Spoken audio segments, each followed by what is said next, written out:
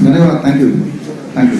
मैं आप सबका 15 मिनट से 20 मिनट लूंगा और आज अगले 15 मिनट तक आप ये ना माने कि आप कोई जर्नलिस्ट हैं, रिपोर्टर है, माने कि एक इंसान है, एक ऐसा इंसान जो कभी कभी बीमार भी पड़ सकता है। और बीमार पड़ सकता है तो हम में से कोई भी नहीं चाहेगा कि बीमार रहे।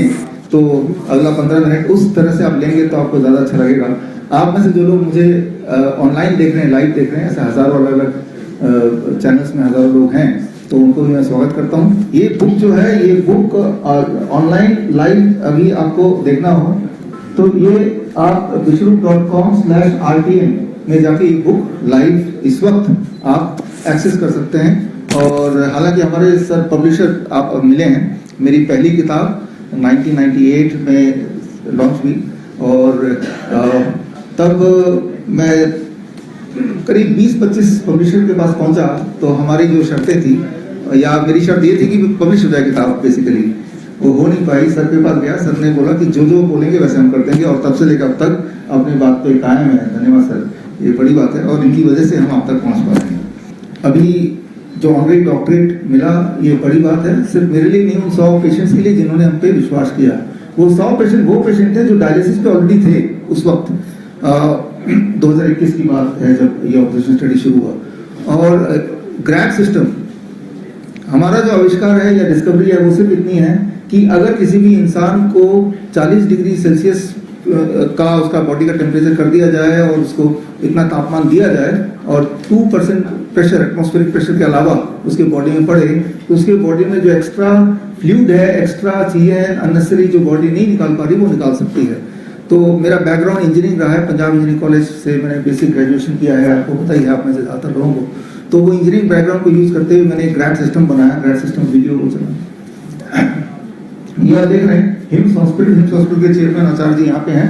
तो ये जो ऑनरेरी डॉक्टरेट वो इस पे है कि जैसे ही पेशेंट को इसमें बिठाते हैं तो 2 घंटे के अंदर अंदर इनकी बॉडी, जो कि डायलिसिस के पेशेंट हैं ये सारे थे, तो उनके बॉडी से पानी निकलने लगता है, उनके बॉडी से क्रिएटिनिन है, यूरिया है, यूरिक एसिड है, एक्स्ट्रा शुगर, एक्स्ट्रा प्रोटीन है, जितनी भी चीजें फालतू हैं वो निकलने लगती हैं। और 2 घंटे के बाद जब वे बाहर निकलते हैं तो उनका वेट करीब 500 ग्राम से 1 किलो कम होता है।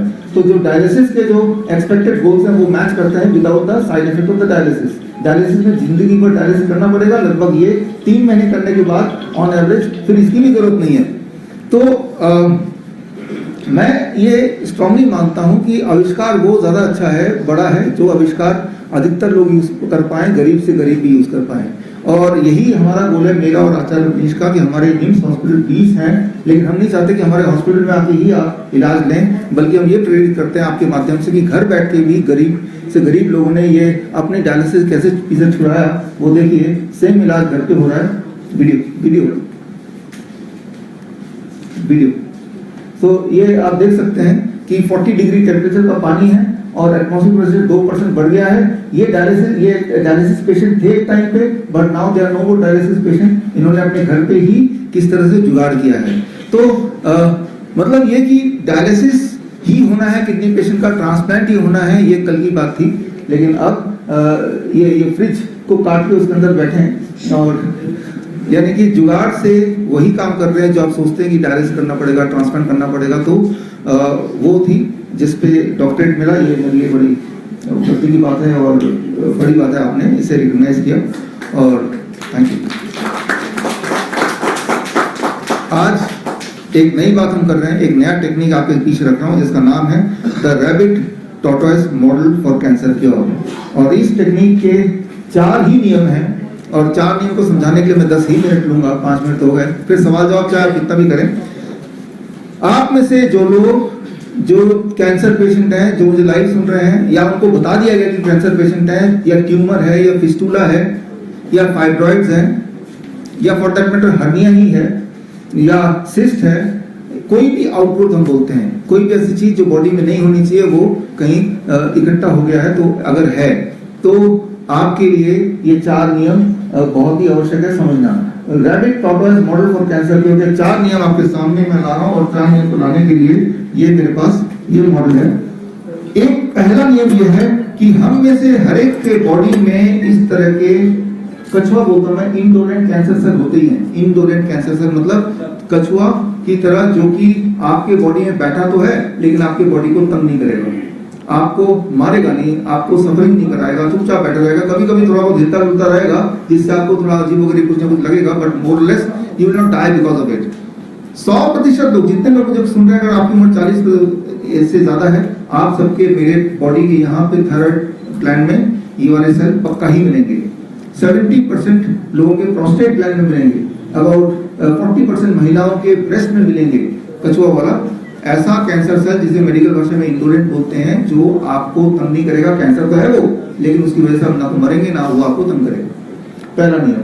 दूसरा नियम यह है कि हम में से कुछ लोग, बहुत ही थोड़े, 1000 10,000 में से एक आध होंगे जिनके बॉडी में एक और तरह का कैंसर सेल होता है जिसे बोलते हैं एग्रेसिव कैंसर सेल, खरगोश की तरह, जो एक ऑर्गन से दूसरे ऑर्गन भागता है, पूरे बॉडी को गंदा कर देगा, आपको दर्द होगा, ट्यूबर होगा, आप उससे मर सकते हैं या मर जाते हैं, खरगोश की तरह। लेकिन दूसरा नियम यह है कि अभी तक मेडिकल साइंस में ऐसा कोई टेक्नोलॉजी नहीं है जिससे ये पता चल सके, डायग्नोस हो सके कि आपके बॉडी का जो कैंसर सेल डायग्नोस किया गया है वो कछुआ वाला था या वो खरगोश वाला है। वो बायोप्सी हो, मेमोग्राम हो, पेट स्कैन हो, उससे ये डिफरेंशिएट नहीं होता है। उसके मैंने टोटल 250 एविडेंसेस में दिए हैं इस किताब में, इस वक्त आप देख सकते हैं।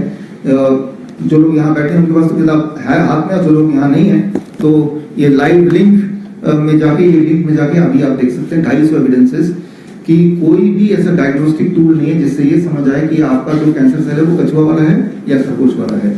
उदाहरण के तौर पे ये जानना भी चाहती थी मेडिकल साइंस कि क्या हम ये पता कर सकते हैं क्या बायोप्सी कितना रिलायबल है, ये जानना चाहते हैं। तो बायोप्सी क्या होता है मैं आपको थोड़ा समझा दूं।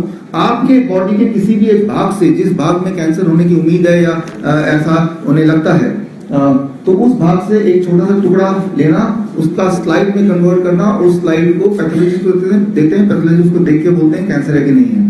तो ऐसा ही एक स्लाइड आपके सामने दिख रहा है, ये स्लाइड मेरे हाथ में भी है, स्लाइड में आपको बांट भी देता हूँ। सो ये स्लाइड इसी तरह से, यहाँ तो सब हम लोग पैथोलॉजिस्ट नहीं, हम में से कोई ज्यादातर जर्नलिस्ट हैं, तो और ऐसे ही बांट देते जैसे हमने अभी आपको बांटा, और ये यहाँ पे और उनसे पूछा गया पैथोलॉजिस्ट से कि देख के बताओ ये जो देख रहे हैं आप स्लाइड, ये स्लाइड नॉर्मल सेल है, एबनॉर्मल सेल है या ये कैंसर है? तीनों में से नॉर्मल, एबनॉर्मल या कैंसर। 33% लोगों ने बोला लगभग कि भाई ये जो दिख रहा है ना ये नॉर्मल है। 33% पैथोलॉजिस्ट ने बोला, पैथोलॉजिस्ट ने 48% पैथोलॉजिस्ट ने बोला कि ये एबनॉर्मल है, और 19% पैथोलॉजिस्ट ने बोला ये कैंसर है। तो मतलब ये है कि आपके बॉडी में कैंसर है या नहीं है, या इलाज कराना कि नहीं कराना है, वो आप पे निर्भर नहीं करता, इस स्लाइड पे निर्भर नहीं करता, स्लाइड किसके हाथ में क्या उस पर निर्भर करता है। वो 19% पैथोलॉजिस्ट के पास अगर आप गए तो यानी कि वो बोलेगा कैंसर है, आप इसमें कीमोथेरेपी करो, रेडिएशन करो, कुछ ना कुछ तो जरूर करो, राइट। जबकि अगर पहले वाले आप पैथोलॉजिस्ट के पास गए तो वो या तो नॉर्मल बोलेगा या नॉर्मल बोलेगा। तो अगर आप ये समझते हैं कि बायोप्सी में कैंसर आ गया तो वो भगवान का दिया हुआ वाणी है, तो वो नहीं, ये भी डिपेंड करता है कौन से पैथोलॉजिस्ट के पास गए। ये तो सिर्फ एक उदाहरण मैं दे रहा हूँ। तो ये है मेरा दूसरा नियम, जो दूसरा नियम मैंने आपको बताया, और इस नियम से biopsy is not level at all, और लेवल तो है नहीं, लेकिन बायोप्सी जब कराते हैं तो पेन होता है, सीरियस ब्लीडिंग होती है, इन्फेक्शन हो जाता है, वो जगह पंचर हो जाती है, मौत होती है, डेथ होती है 0.1% लोगों की बायोप्सी कराते कराते, किडनी पंचर, कोलोन पंचर, या बायोप्सी की वजह से ट्यूमर ग्रोथ बढ़ जाता है। और जो बोन मैरो टेस्ट बायोप्सी है उसमें ज्यादातर लोगों ने बोला कि जब ये बायोप्सी होती है, बोन मैरो टेस्ट होता है, तो उनका जो पेन है, दर्द है, वो भयंकर दर्द है। तो एक ऐसा टेस्ट जो लेवल तो है ही नहीं, उल्टा उससे कैंसर फैल सकता है और दर्द भयंकर है, मौत हो सकती है, तो वो टेस्ट कराया जाता है। तो रूल नंबर 2 कि दुनिया का कोई भी टेस्ट नहीं है जो क्लियरली बताए कि कैंसर है या नहीं, या कैंसर है तो आपको वो तंग करने वाला कैंसर है या नहीं। अब आता है तीसरा नियम, and third rule is very simple.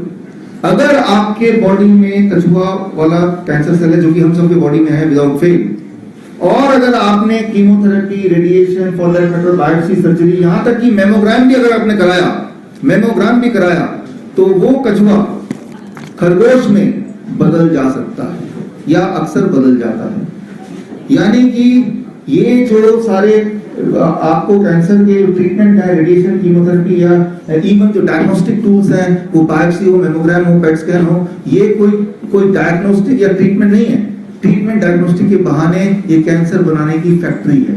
Cancer बनाने की एक मशीन मैंने भी आज बनाई है, आपको दिखाने लाया हूँ, वो आपके सामने मुझे रखता हूँ कि कैंसर अगर बनाने का सोच ही लिया तो I have also invented one machine today.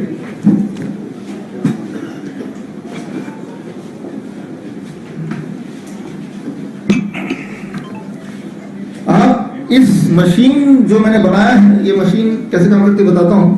पहले तो यहाँ स्क्रीन पे भी देखते रहिए, इसको भी देखते रहिए।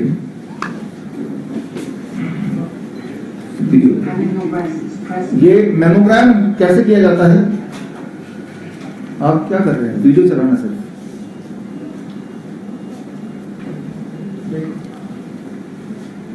Having your breasts pressed between the plates may be uncomfortable and lasts a few minutes. The top plate moves down so that your breast is squeezed against the lower plate. Mammogram किस तरह से करते हैं वो दिखा रहे हैं। Another X-ray image may be taken from a different angle. Screening mammography usually lasts up to half an hour. The images are taken from different angles. अब यहाँ पे आप देखिए कि ब्रेस्ट को प्रेस किया जाता है और कितना प्रेस करते हैं, इतना प्रेस करते हैं कि उसमें बहुत दर्द होता है, नंबर वन। नंबर टू, अगर हम संख्या में बात करें, करीब 20 केजी का जो फोर्स है उतना प्रेस करते हैं, 20 केजी का फोर्स।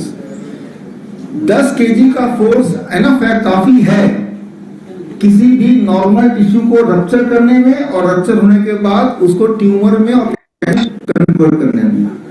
जितना प्रेशर से नॉर्मल टिश्यूज ब्रेस्ट के रप्चर हो सकते हैं, टूट सकते हैं और टूट के वो कैंसर में कन्वर्ट हो सकते हैं, उसका ठीक डबल प्रेशर यहाँ दिया जाता है और ये चलता है करीब 30 मिनट्स। तो उसका एक्सपेरिमेंट आप करके देखें। अगर यहाँ पे एक मॉडल मैंने बनाया है, अब देखिए ये एग्जैक्टली जो आप मॉडल देख रहे हैं इससे अलग नहीं है, बिल्कुल भी अलग नहीं है।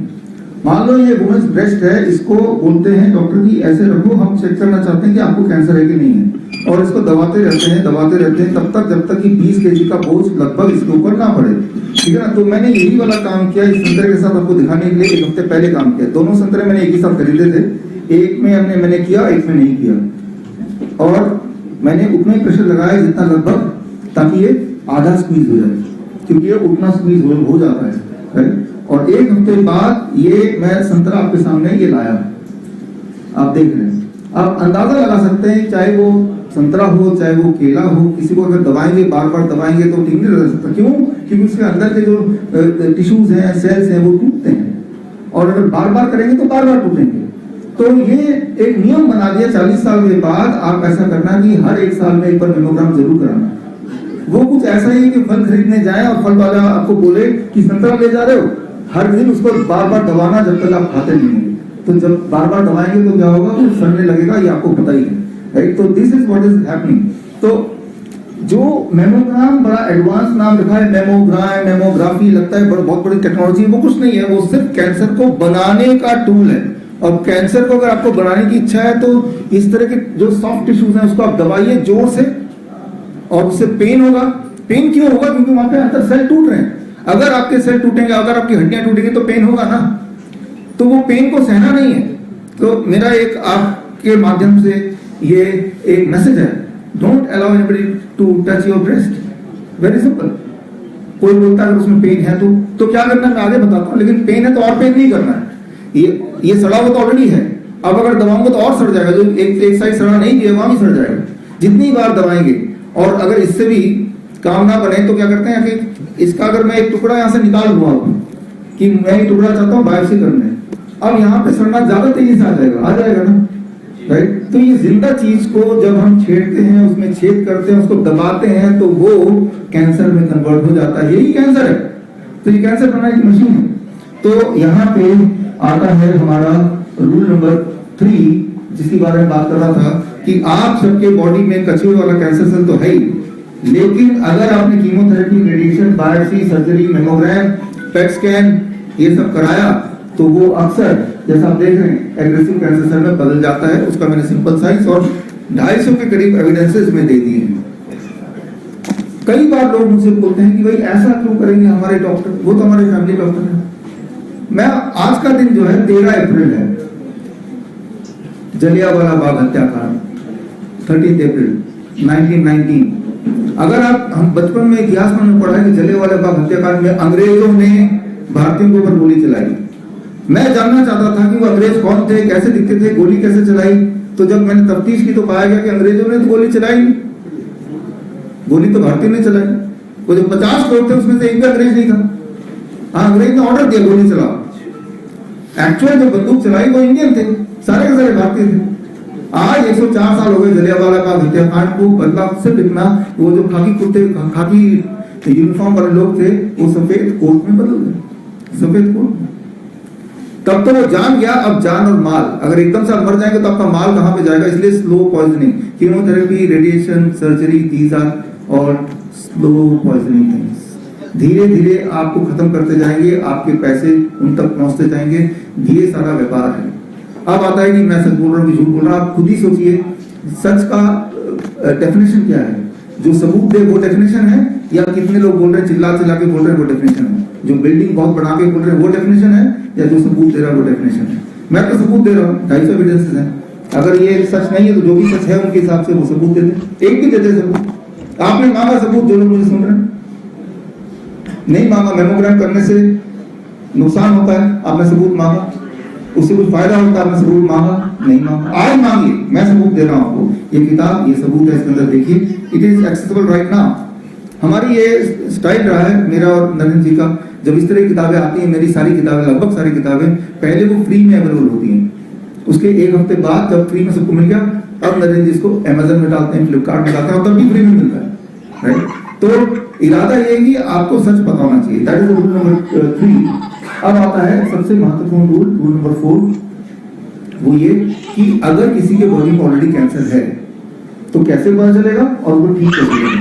अगर आपको दर्द हो रहा है, अगर आपको ट्यूमरस ग्रोथ दिख रहा है, आउटग्रोथ दिख रहा है, अगर आपका हीमोग्लोबिन लगातार घट रहा है, अगर आपको कमजोरी लगातार महसूस हो रही है, तो समझ लीजिए कि बॉडी के अंदर ये खरगोश आ चुका है।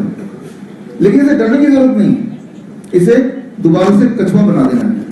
इसको कछुआ बनाने के लिए जो 2017 का नोबेल प्राइज विनिंग साइंस है, दैट इज बॉडी क्लॉक को ठीक करना है। जैसे ही आप अपने बॉडी क्लॉक को ठीक करेंगे, ये जो खरगोश है कछुआ बन जाएगा। ऐसा हम अपने हॉस्पिटल में करते ही हैं। हमारे हिम्स ग्रुप ऑफ हॉस्पिटल में आइए और वो पेशेंट यहाँ पे आए हुए मैं आपसे मिलाता हूँ। ये करना बड़ा आसान है। बॉडी क्लॉक क्या है और कैसे करना है, इसमें मैं 5 मिनट लूंगा, उसके बाद इसको यहीं पे फिनिश करेंगे। फिर क्वेश्चन आंसर जो भी आपका है। बॉडी क्लॉक क्या है? Circadian rhythm. जिस तरह से एक ऑर्केस्ट्रा होता है, ऑर्केस्ट्रा में क्या है कि म्यूजिशियंस होते हैं, चाहे वो गिटार बजा रहा है, तबला बजा रहा है, बांसुरी बजा रहा है, लेकिन एक उसका डायरेक्टर भी होता है। वो डायरेक्टर रिदम तय करता है कौन कब बजाएगा, ताकि वो सुनने में म्यूजिक लगे। वो डायरेक्टर अगर ठीक से नहीं करेगा काम अपना, या होगा नहीं वो डायरेक्टर, तो वो जो सब लोग बजा रहे हैं वो नॉइज लगेगा, म्यूजिक नहीं लगेगा। हमारी बॉडी एक म्यूजिक लगेगा कि हमारी लाइफ एक नॉइज हो। नॉइज मतलब डिजीजेस, म्यूजिक मतलब हमारी बॉडी की रिदम। हमारी बॉडी की भी एक रिदम है।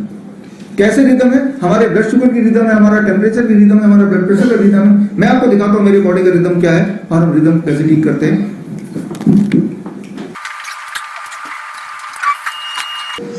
अब देखिए यहां पे ये जो देख रहे हैं, व्हाट यू सीइंग हियर, ये है कॉन्टिन्यूअस ग्लूकोज मॉनिटरिंग का, ये मैंने ये लगाया हुआ है। अब देखो ना क्यों हो रहा है, व्हाई दिस ये बढ़ता घटता रहता है, लेकिन रात को जब ठीक होने वाले हैं क्या है वो रिदम। देखिए यहाँ पे बड़ा इंपॉर्टेंट है। ये रात को एक दिन ब्राउन दिखा रहा है, एक दिन ब्लू दिखा रहा है, और 2 दिन तक, ये 2 दिन का है, और 4 बजे के बाद ये दोबारा बढ़ने लगा, नीचे डिप करेगा। जितना नीचे डिप करेगा उतना ऊपर जाएगा। अब समझिए, बॉल की तरफ, रबर की बॉल जितना जोर से नीचे फेंकेंगे उतना ऊपर जाता है। तो रात शाम सुबह जब आपने फास्टिंग देखा, वो ऊपर देखा, आपको लगा रहा है मेरी फास्टिंग ज्यादा, तो आपने और दवाइयां ली, और दवाई ली तो और क्या होगा, अगले सुबह दोबारा से और डिप करेगा और फिर और ऊपर जाएगा। तो ये चलता रहता है, आपकी दवाई बढ़ती रहती है और ये डिप करता रहता है, और एक टाइम आता है कि आपका कोई ना कोई ऑर्गन फेल हो जाता है। तो ये this is called circadian rhythm and unfortunately doctors को ये ट्रेनिंग नहीं दी जाती कि सर्केडियन रिदम को कैसे देखें और उसे ठीक कैसे करें।